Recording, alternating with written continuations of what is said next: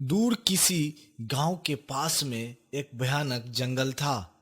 उस जंगल में एक प्यारा तोता रहता था। एक दिन तोता जंगल में दाने की तलाश में निकल जाता है। तभी उड़ते उड़ते कुछ दूर जाने के बाद अचानक चील को देखकर तोता डर जाता है और एक छोटे से पेड़ के पीछे छिप जाता है और वह चील का जाने का इंतजार करने लगता है। अब तो क्या करूंगा। शाम हो चुका है, घर भी जाना है। अगर रात हो गया तो हम कहाँ रुकूंगा इस जंगल में। ना ही मेरा कोई इस जंगल में जान पहचान है।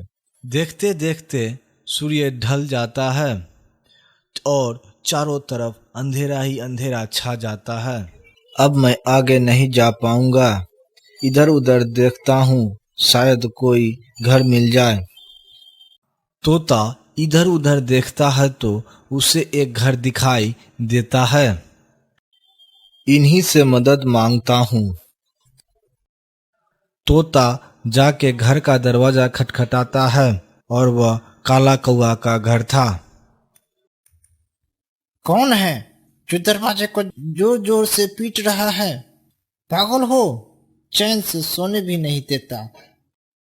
चलिए जी, दोनों मिलकर दरवाजा खोलते हैं। कहीं चोर डाकू होगा तो?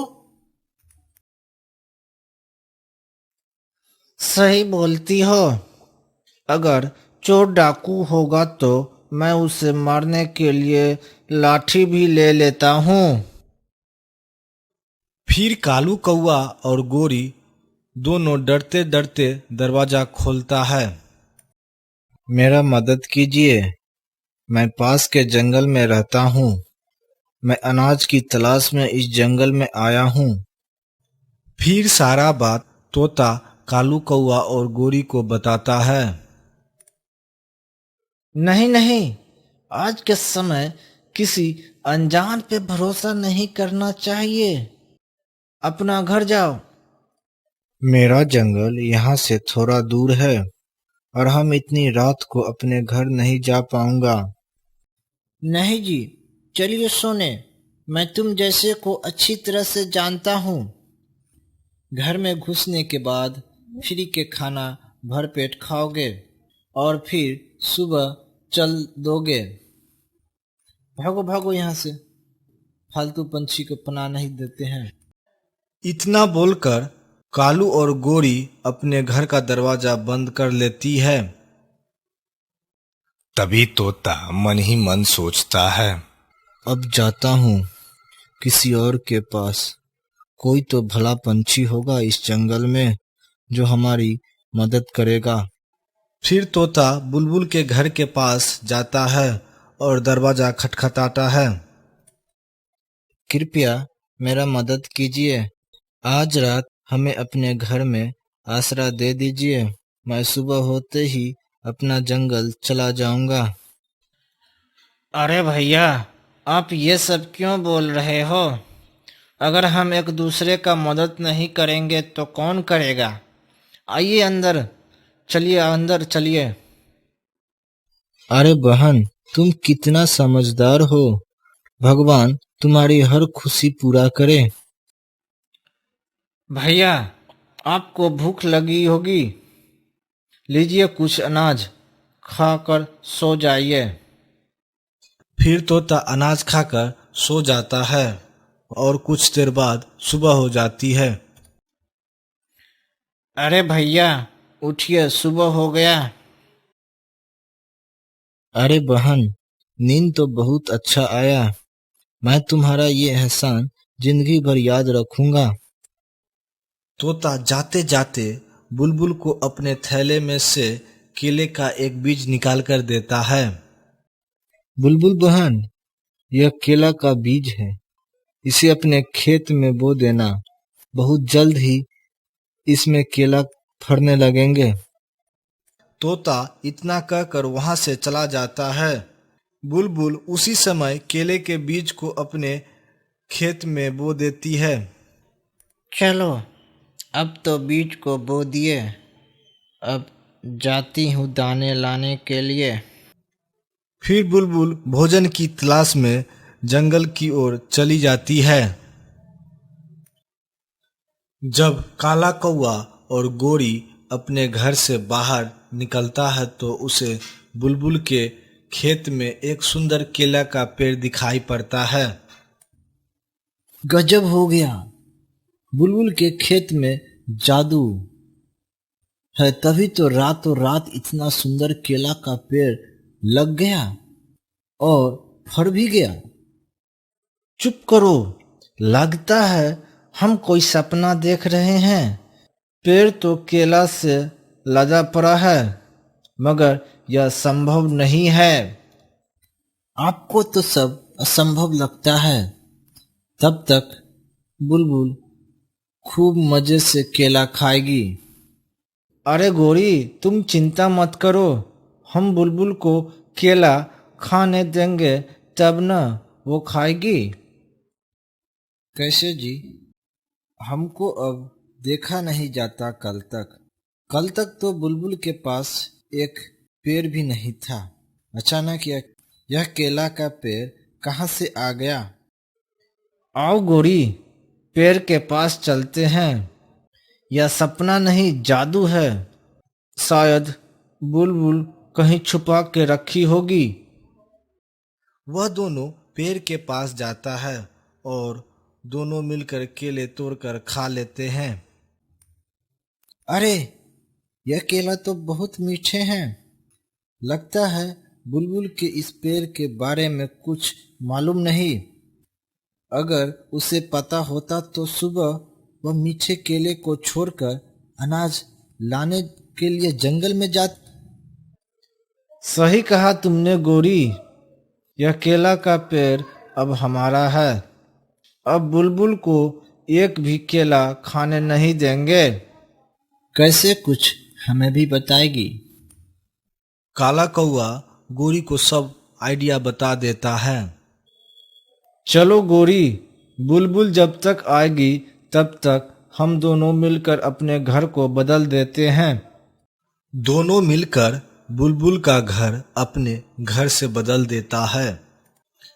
कुछ देर बाद जब बुलबुल दाना लेकर आती है और जब केले के पेड़ को देखती है तो वह बहुत खुश हो जाती है। अरे, यह तो गजब हो गया। मैं तो सोचा था कि कुछ दिन लग जाएगा, लेकिन यह तो केला का पेड़ फर गया। बहुत सुंदर केला है। यह जरूर जादुई बीज है। फिर बुलबुल एक केला तोड़कर खा लेती है। उसके बाद अपने घर में जाती है तो पहले से दोनों मौजूद थे।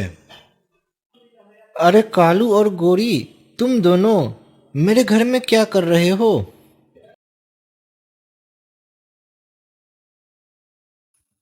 बुलबुल, यह घर तो मेरा है, तुम्हारा कब से हो गया?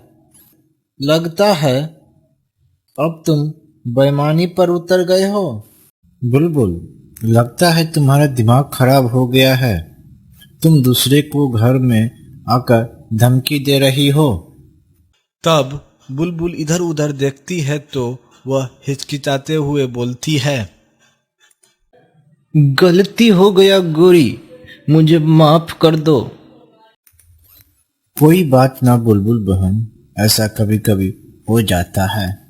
तुम थक गई होगी, जाकर अपने घर में आराम करो। सारा दिन भोजन की तलाश में रहती हो तो जाकर देख लो अपने खेत में केले का पेड़ है कि नहीं। फिर बुलबुल सोचती है कि मैंने तो केला का पेड़ सुबह ही अपने खेत में लगाया था। गोरी, मेरा घर तो केले के पास था, तो उस पेड़ के पास कैसे पहुंचा? तो जाकर देख लो अपने खेत में केले का पेड़ है कि नहीं। यह खेत तो हमारा है और यह केला का पेड़ भी। जब बुलबुल इतना बोलती है तो काला कौवा गुस्सा हो जाता है। बुलबुल, अब तुम हमारे घर से जाती हो कि नहीं, या मैं हल्ला करूं? सभी पंछियों को पता है कि मेरा घर टूटा है और तुम इसे भी अपना बनाना चाहती हो, यह तो नहीं हो सकता। फिर बुलबुल रोती हुई अपने घर से चली जाती है। वह बार बार उस पेड़ के तरफ देखती थी, मगर कर भी क्या सकती थी। उसे अच्छे से मालूम था कि वह काला कौवा मारने लगेंगे। पता नहीं अब क्या होगा। एक केला का पेड़ था, वो भी नहीं रहा। इसी तरह कुछ दिन बाद उसी रास्ते से होकर तोता जा रहे थे, तो उसे लगा कि बुलबुल से जरा मिल लेते हैं, और तोता बुलबुल के घर जाता है। अरे भैया, आप वही हो ना जो मुझे केले के बीज देकर गए थे? फिर बुलबुल सारी बात तोता को बताती है। क्या करे भैया, काला कौवा से सब परेशान है। ये कौवा तो बड़ा चोर है, मुझे अच्छा सबक सिखाना होगा। हाँ भैया, ये कौवा बहुत बुरा है। मैं परेशान हो चुका हूँ।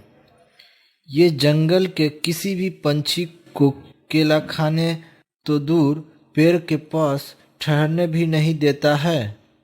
बुलबुल बहन, इस बार तुमको जादुई रक्षक 3 बीज देता हूँ।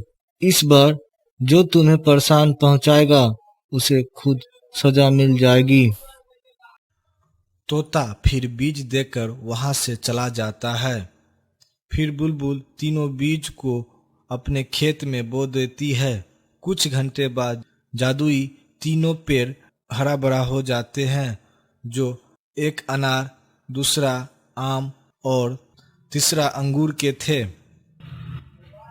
अरे वाह तोता भैया, आप कितना दयालु है जो मुझे इतना मदद किए।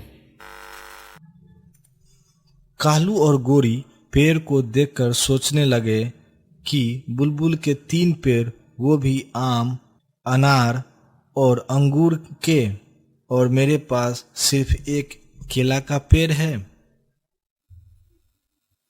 कालू जी, अब तो हम घर भी नहीं बदल सकते, क्योंकि जंगल में सबको पता है कि हमारा पास एक केला का पेड़ है। हम तो कहते हैं कि इस बार हम दोनों मिलकर चिड़िया को मार देंगे। कैसे गोरी, ये कैसे हो सकता है? अरे सब होगा। हम दोनों मिलकर बुलबुल के घर में रात को आग लगा देंगे। उस समय बुलबुल अपने घर में सो रही होगी और जलकर मर जाएगी, किसी को पता भी नहीं चलेगा। दोनों मिलकर बुलबुल को मारने का विचार बना लेता है। जब बुलबुल मर जाएगी तो तीनों पेड़ हमारा हो जाएगा। इस तरह बुरे कौवे बुलबुल को मारने के लिए योजना बनाते हैं और रात को अंधेरे में बुलबुल के घर को आग लगाने चले जाते हैं, मगर वहां जादुई पेड़ बुलबुल की रक्षा करते हैं। जैसे ही वह दोनों आग जलाते हैं, वह पेड़ तेज हवा से आग बुझा देती है। कालू जी, हवा बहुत तेज है, अब क्या करेंगे? गोरी, तुम अपने पंखों को फैलाओ, हवा को रोको। गोरी पंखों को फैलाकर हवा को रोकती है। तभी एक चिंगारी गोरी के पंख में लग गई, वह जलने लगती है। आग आग, मेरे पंख में आग लग गई, मुझे बचाओ, मैं मर जाऊंगी। गोरी के आग बुझाते कालू के पंख भी जल जाते हैं। इसी तरह दोनों काला कौवा और गोरी की मृत्यु हो जाती है। तो प्यारे दोस्तों, इस कहानी से हमें यह सीख मिलती है कि कर भला तो हो भला। दूसरों के लिए बुरा सोचता है, उसका साथ बुरा ही होता है। बहुत समय पहले एक बड़ा जंगल था। उस जंगल में सभी पंछी शांति से रह रहे थे।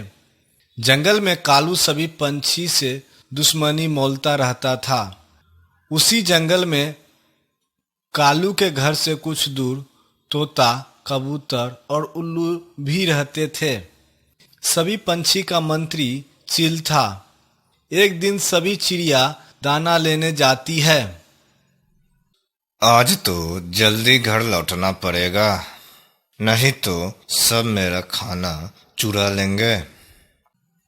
साथ ही कबूतर और तोता भी जाते हैं। मैं तो आज भरपेट खाऊंगा। ठीक है, चलो भी सही। हाँ हाँ, वो रहा लाल टमाटर, आज तो मजे से खाऊंगा। सभी पंछी अपने घोंसले से दूर दाना लेने गए हुए थे। तभी अचानक जंगल में भूकंप आ जाता है। सभी चिड़िया हैरान हो जाता है। हे भगवान, मेरे घर को बचा लेना, किसी का घर बचे या न बचे। जाता हूँ जल्दी से, नहीं तो घोंसला जिस डाल पे है वह डाल बहुत ही कमजोर है।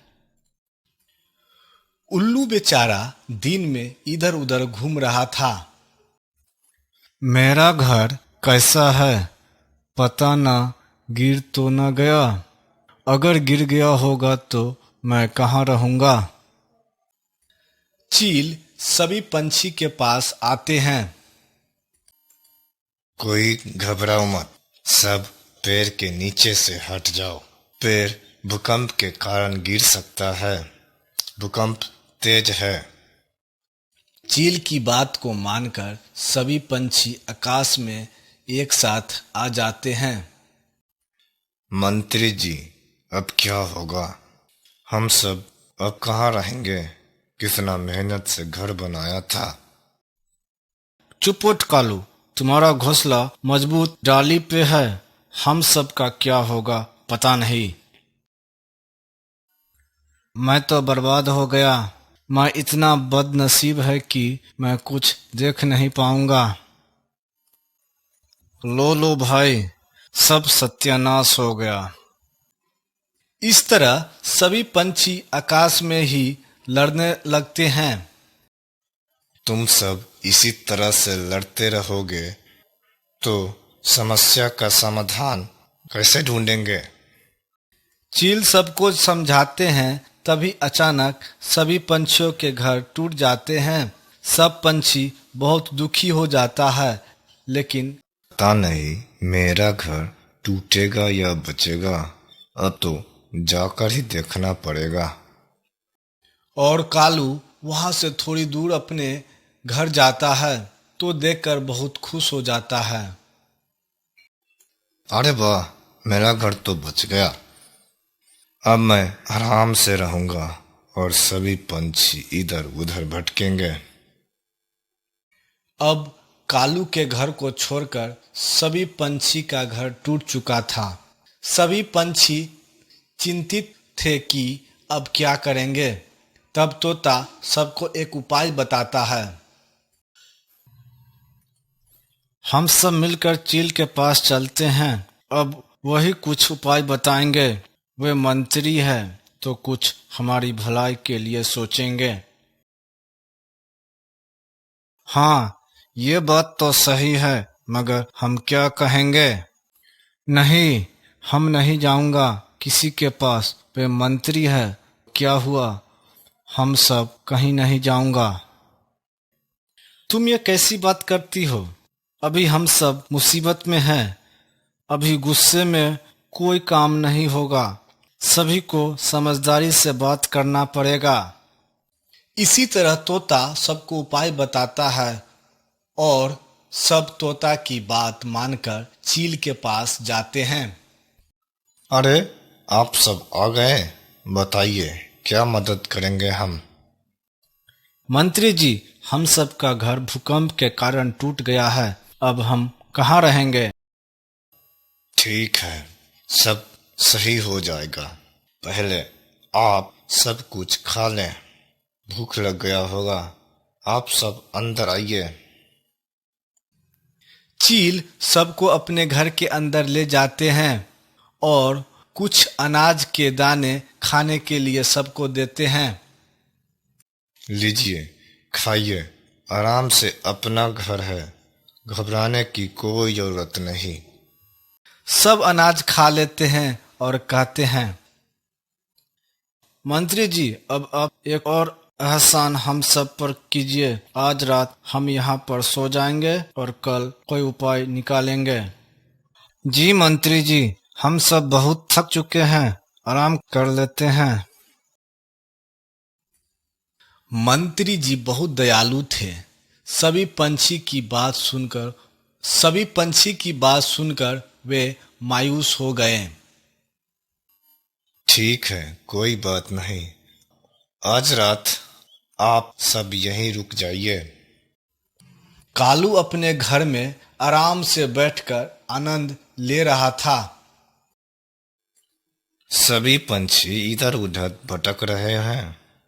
सबका घर तो टूट चुका है, अब रहेंगे कहाँ? अगर मेरे पास आए तो मैं तो मना कर दूंगा। शाम का समय था, सूर्यास्त होने वाला था। तभी अचानक आकाश में बादल छा गया और तेज तूफान जंगल में आ गया। आप सब घर के अंदर ही रहिए, तूफान बहुत तेज है। बहुत बहुत धन्यवाद मंत्री जी, आज आप हम सबको मुसीबत के साथ दिए हैं। मैं आपका ये एहसान जिंदगी भर याद रखूंगा। हाँ मंत्री जी, आप सच में बहुत दयालु हैं। अरे आप सब कैसी बात कर रहे हैं? मुझे कोई आपत्ति नहीं है। ठीक है, अब तूफान भी ज्यादा तेज है। आप सब आराम से सो जाइए, मेरे घर मजबूत है। आप लोग चिंता ना करें। मैं जरा खिड़की से कालू का घर देखता हूँ, गिर तो नहीं गया। तूफान बढ़ते जा रहा था। कालू घर में बेचैन हो रहा था। हे भगवान, अब तो क्या होगा? तभी अचानक कालू का घर हिलने लगता है। लगता है अब घर गिर जाएगा। मैं बाहर निकल जाता हूँ, नहीं तो मुझे चोट लग जाएगी। और कालू जैसे ही घर से बाहर आता है, घर नीचे गिर जाता है। मैं तो बच गया, नहीं तो घर के साथ मैं भी मर जाता। अब क्या होगा? अब मैं रात में कहाँ जाऊंगा? बगल में ही चील का घर था। खिड़की से चील सब कुछ देख रहा था। ठीक हुआ कालू के साथ। बेचारा तोता कबूतर उल्लू का घर जब टूटा था, तब ये मजे से हंस रहे थे। एक बार पूछने भी नहीं आए कि ठीक है या नहीं। चील दयालु थे। उन्हें कालू की मुसीबत देखी नहीं गई। उन्हें कालू पे दया आ गया। अब क्या करूं मैं तो हंस रहा था जब सबका घर टूट गया। मुझे नहीं हंसना चाहिए था। जाता हूं मंत्री जी के पास, शायद वो मुझे माफ कर दे। कालू मंत्री जी के दरवाजे पे आता है। मंत्री जी दरवाजा खोलिए, मेरा घर टूट गया, मुझे माफ कर दीजिए। मंत्री जी दरवाजे खोलते हैं। कालू, कोई बात नहीं, अंदर आ जाओ। सब सो रहे हैं, तुम भी आज रात सो जाओ। धन्यवाद मंत्री जी, आप बड़े दयालु हैं। आपका सोच बहुत अच्छा है। कालू अंदर जाकर सो जाता है और मंत्री जी भी सो जाते हैं। सुबह होती है। अरे सब उठो, सुबह हो गया। सभी पंछी उठ जाते हैं और कालू को देखकर चौंक जाते हैं। कालू, तुम यहाँ कैसे? तुम्हारा घर ठीक है ना? कालू सारी बात सभी पंछी को बताते हैं।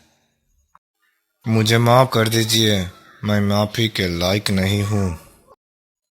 नहीं कालू, तुम बहुत अच्छे हो। हम सब मिलकर कोई न कोई उपाय जरूर ही निकाल लेंगे। मंत्री जी, अब आप कुछ तकरीब बताइए। अब आप सब मिलजुल कर एक दूसरे का घर बनाना होगा। अकेले कुछ नहीं हो सकता है। अगर आप ये विचार मंजूर है तो सब मिलजुल कर जाइए और एक दूसरे का मदद कीजिए। सब मिलजुल कर अपना अपना घर बनाते हैं और खुशी से रहने लगते हैं। फिर चील के पास सब जाते हैं। अब कैसा है आप लोग? सब ठीक है ना? हाँ मंत्री जी, हम सब ठीक हैं। अगर आप नहीं होते तो हम सब का पता नहीं कब तक बन पाता।